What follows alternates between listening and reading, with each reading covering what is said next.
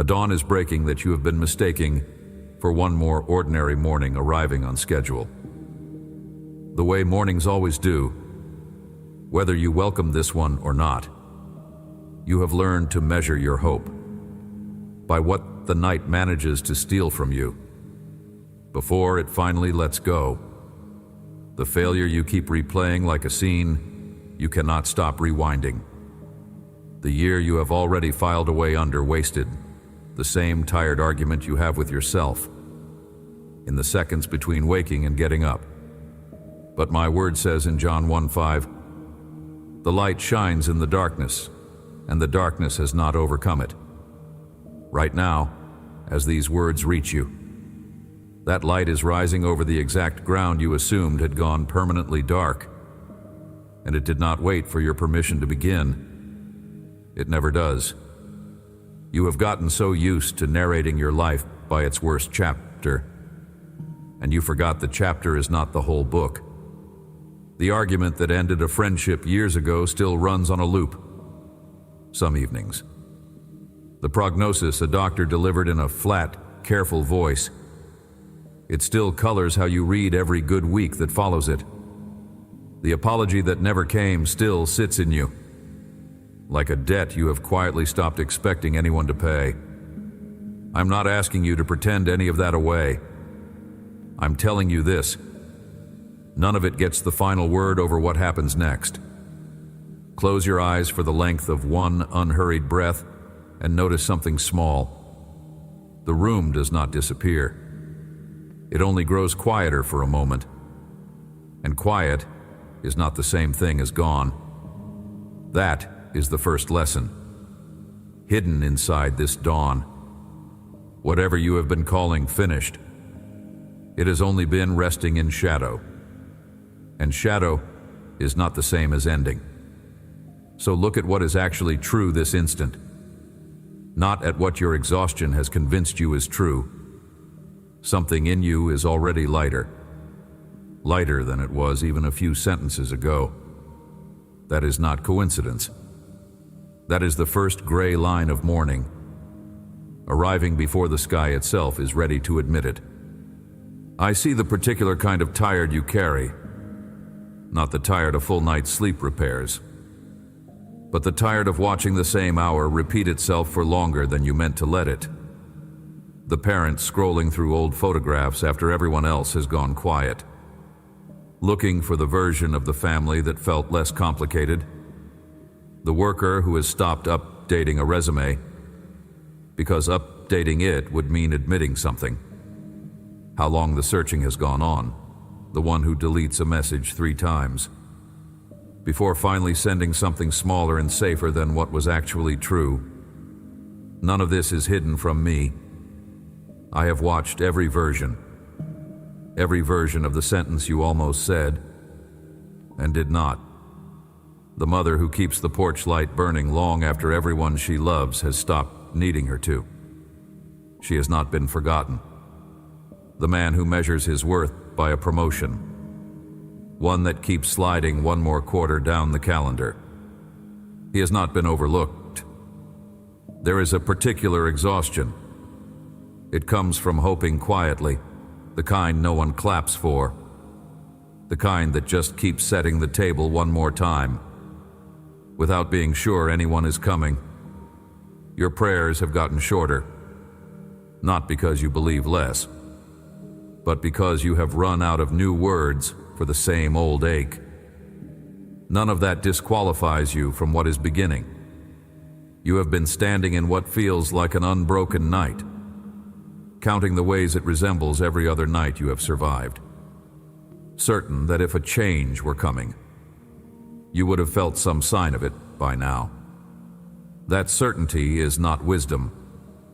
It is only exhaustion wearing wisdom's coat. A night is something you endure. A dawn is something that arrives, whether or not you endured it gracefully. That difference matters more than it sounds, because you have spent years grading your own suffering, quietly deciding one thing: whether you are handling it well enough to deserve relief. A dawn is not graded. not on how well you survived the dark. It comes for the ones who endured beautifully and for the ones who fell apart completely. Because it was never a reward tied to your performance in the night. It was always a fact, tied to my faithfulness in it. Some of you have been waiting for permission to stop pretending you are fine, certain that admitting how dark it has actually gotten, it would somehow disqualify you from the very rescue you are asking for. The friend who says everything is fine, because the truth felt like too much to hand someone at a dinner table. The one who prays in complete sentences, out loud, and prays only in fragments alone, when no one else can correct the theology of it. I do not need the polished version of your prayer. I have already heard the fragments, and I have not once flinched at any of them. The couple who have stopped talking about the child they are still hoping for, because the hoping itself became too exhausting to say out loud. The one counting sober days on an app that only they check, terrified of what a relapse would mean, for how anyone sees them afterward. The son who has rehearsed an apology to a parent for a decade and never once said it, because saying it out loud would make the wound real in a new way. None of these vigils are wasted. Every one of them is closer to morning, closer than it feels right now. I have watched you check your phone at strange hours, not really expecting anything, just needing the small ritual of hoping one more time before you finally let yourself sleep. I have watched you sit in a parked car outside your own house longer than the drive required, gathering enough composure to walk back inside, as if the day had gone fine. None of that composure was wasted. Not on me. I saw every version of it, and I was not disappointed in a single one. I have been standing at the edge of your morning longer than you have been standing at the edge of your night, waiting for the moment you would finally look up instead of down. Much of what convinced you that darkness had the final word, it came from other dark rooms. A house where affection was rationed, like it might run out. A gathering where grace was preached from a stage but rarely practiced afterward.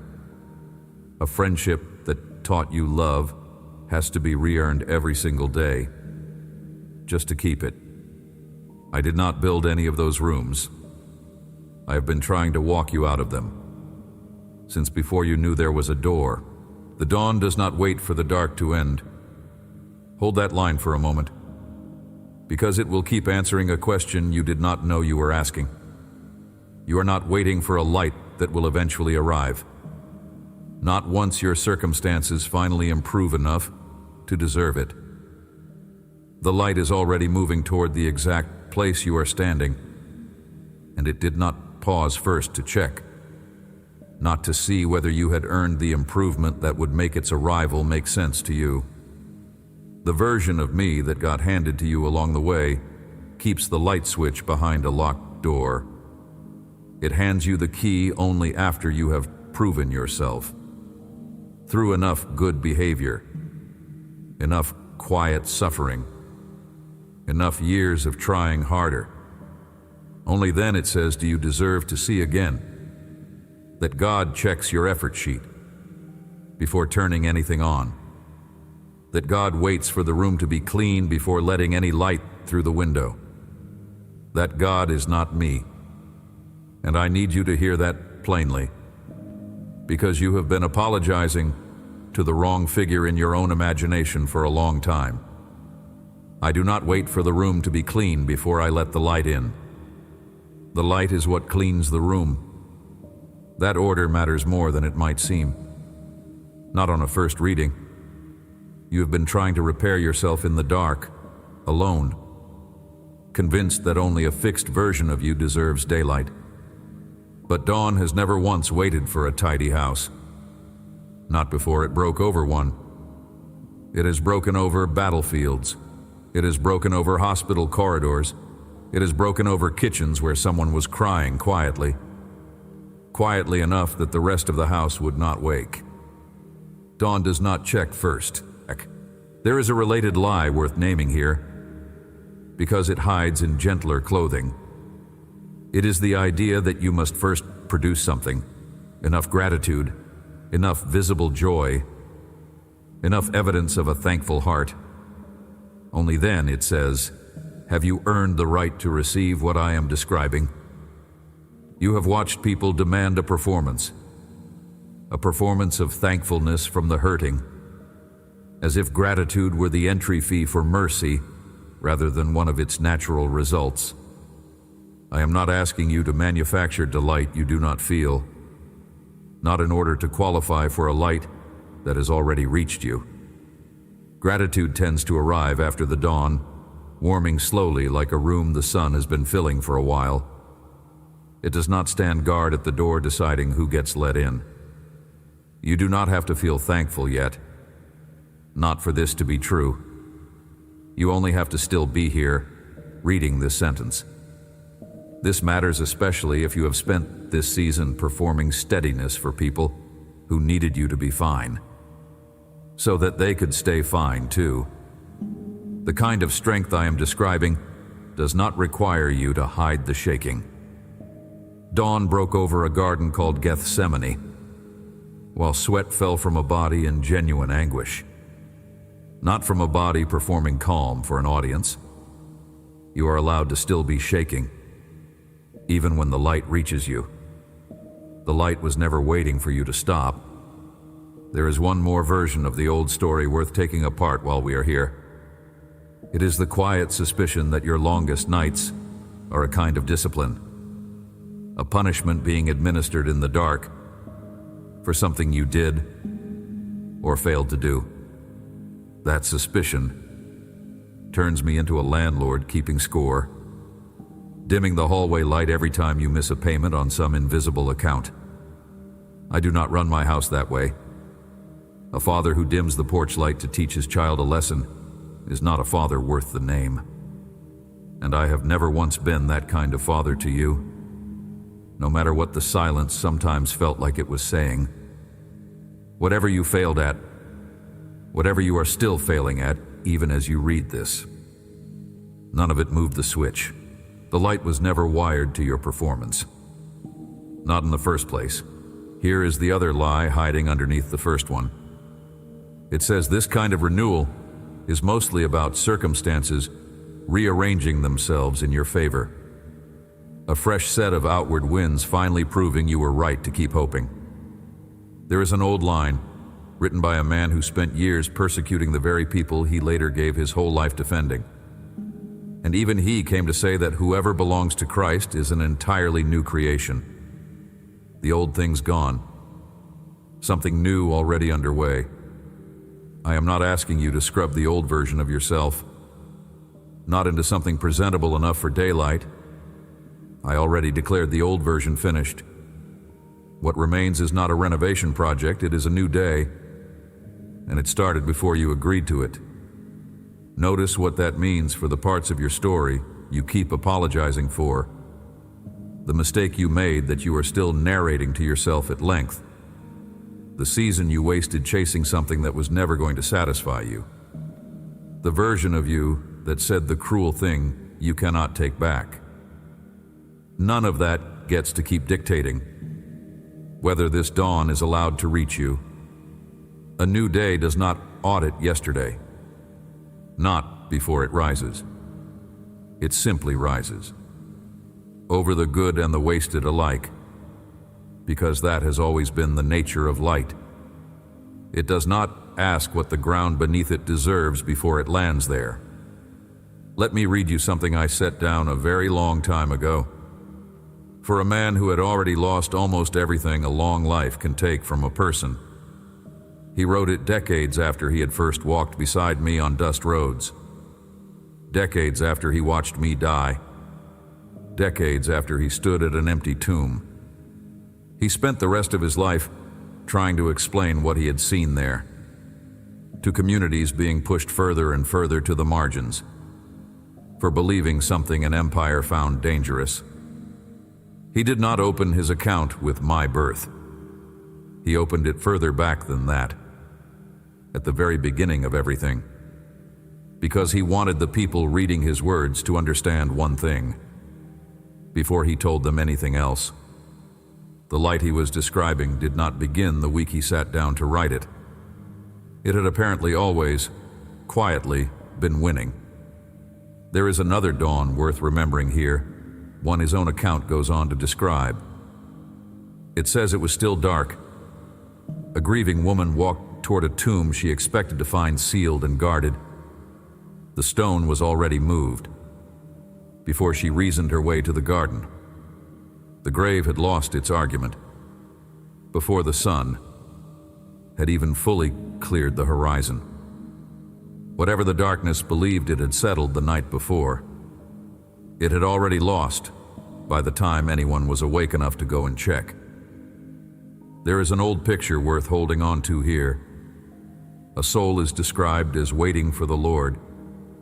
More than a watchman posted on a city wall waits for the morning, counting the hours through a cold, uneventful night, straining for the first gray change in the sky that means the shift is finally over.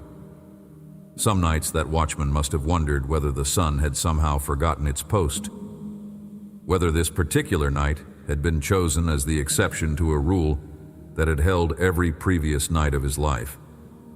It never had been.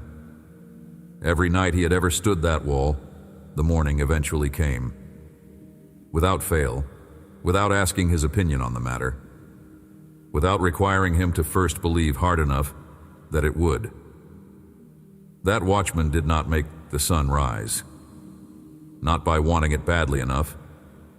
He simply stayed at his post, and the sun came anyway, on its own schedule, indifferent to how tired his eyes had gotten. You have been standing watch a long time. I am not asking you to make the sun rise. I am only asking you to stay at your post, long enough to see that it already is. If some part of you just recognized itself in that grieving walk toward a tomb you expected to find sealed for good, say so. One word, dawn, wherever you happen to be sitting right now. The community that first received this sentence, it was not thriving. Many of them were being pushed out of the synagogues they had grown up in.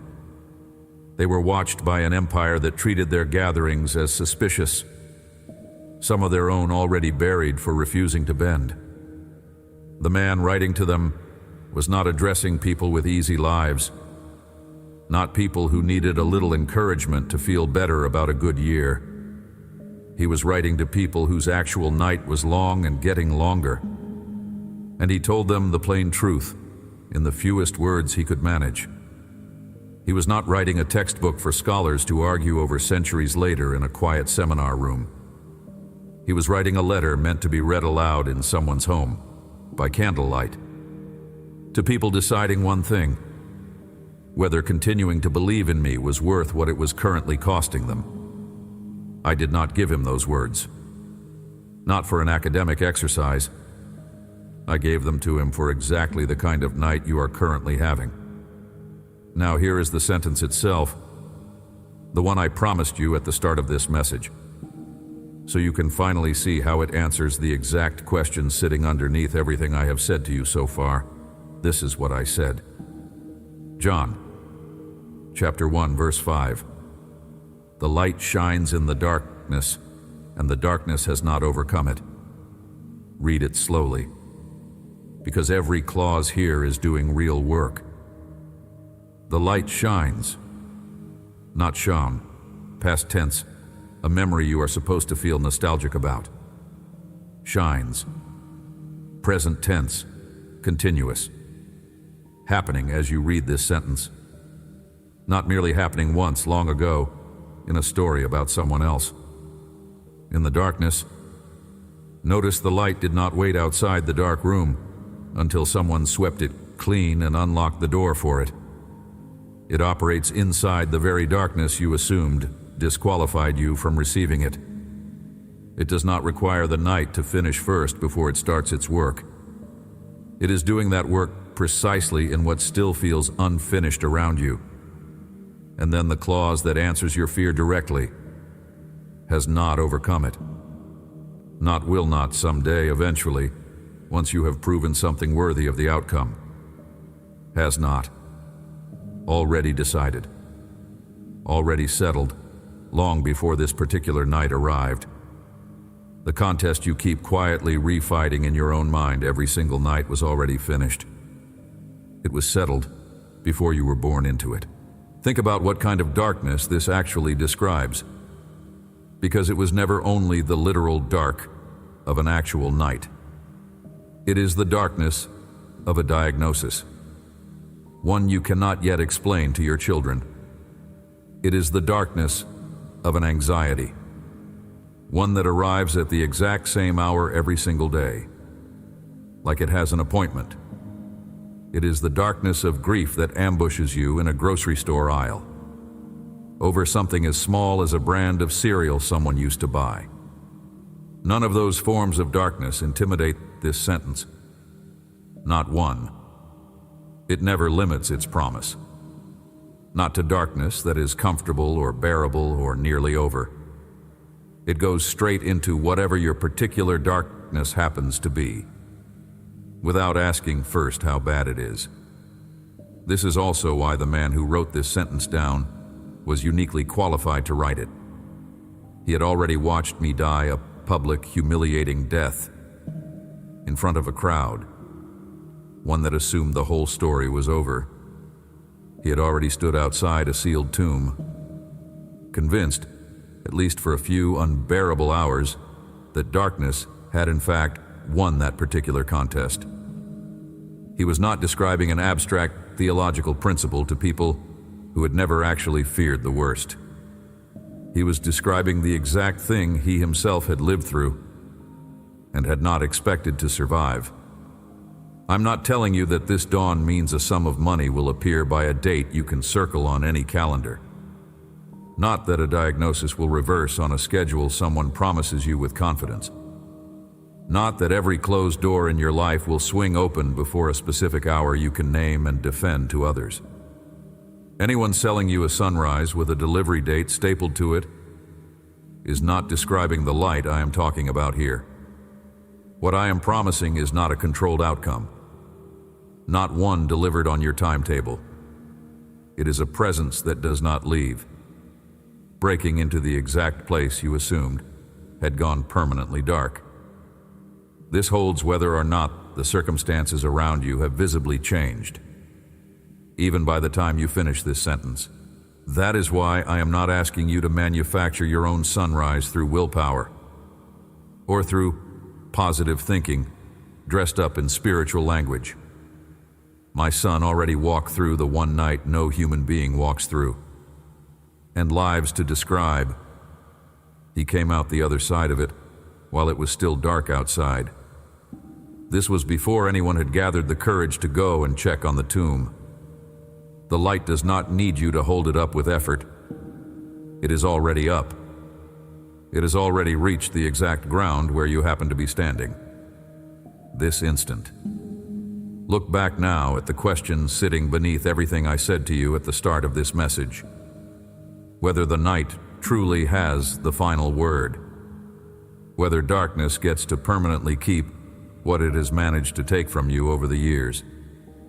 Here is the answer, plain enough to carry with you past today. It does not. It never did.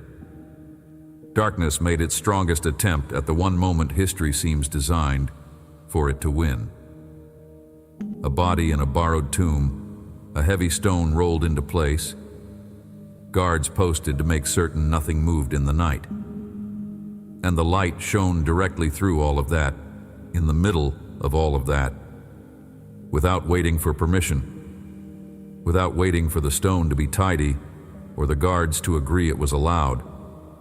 What happened in that tomb before dawn broke is the reason no night you are currently standing in gets the final say over you either. A night convinces you it is permanent, because it is loud and immediate and everywhere you look. A dawn convinces no one of anything. It simply arrives quietly at the edge of the sky, until suddenly the whole field is visible again, and you cannot remember exactly when the change happened. That is usually how this works, in you. Not a single dramatic moment you can point to and photograph. Just a slow, steady widening of gray into gold. You only notice once you turn around and see how much ground the light has already covered while you were still bracing for more dark. A wage is paid according to your output. A dawn is given according to my faithfulness. It has never once depended on your output. That distinction alone should be enough. Enough to let you stop auditing your own performance in the dark and simply watch for the light instead. So here is something small you can carry with you past this message. Small enough that you can actually do it on the hardest of your remaining nights. When you notice yourself doing the familiar math in the dark, replaying the same failure, counting the same losses, rehearsing the same fear, try this instead of arguing with the thought directly. Take a slow breath in through your nose and let it leave again through your mouth, longer than it came in, the way you might fog a cold window just enough to write one word on the glass with a fingertip. Write the word dawn. This is not a technique for manufacturing faith you do not currently have. It is only a way of remembering a fact that was already true before you noticed it. Some of you will feel a flicker of skepticism the very first time you try this.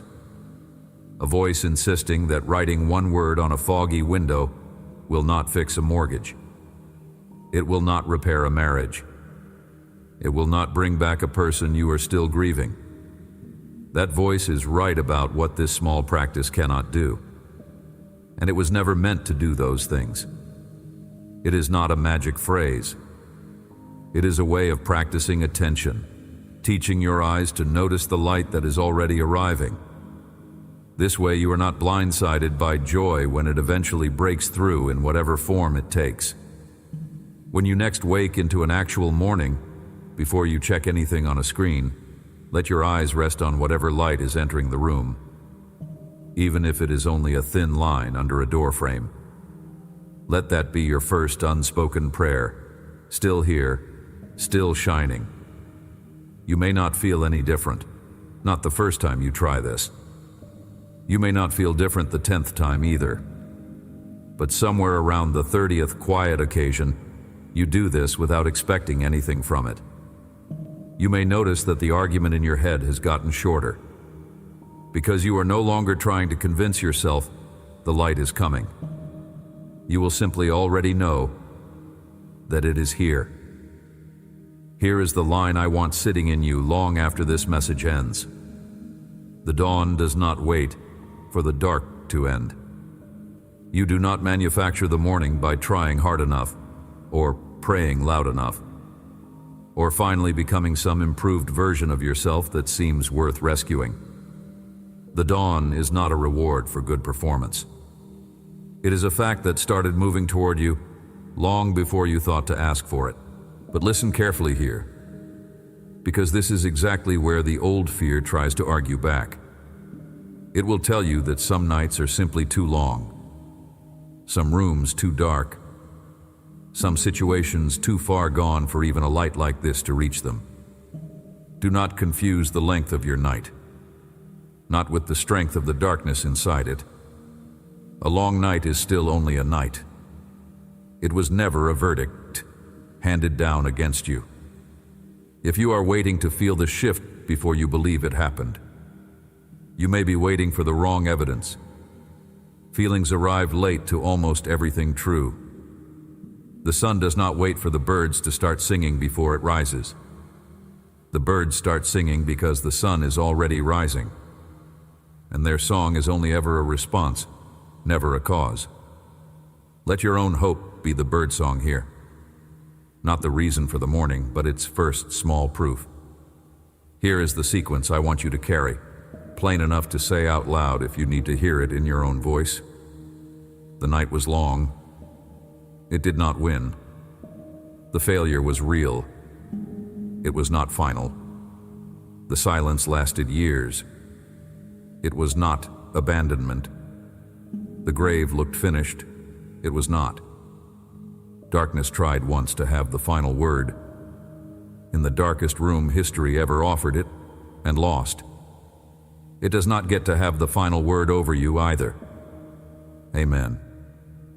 There is something short waiting for you in the pinned comment, written for the particular kind of night that convinces a person it will never actually end.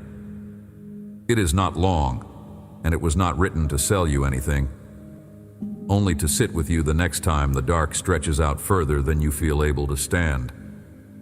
And if a face came to mind while you were reading this, someone else still waiting on a dawn of their own, let this find them too. You do not have to say anything clever. Just pass it along.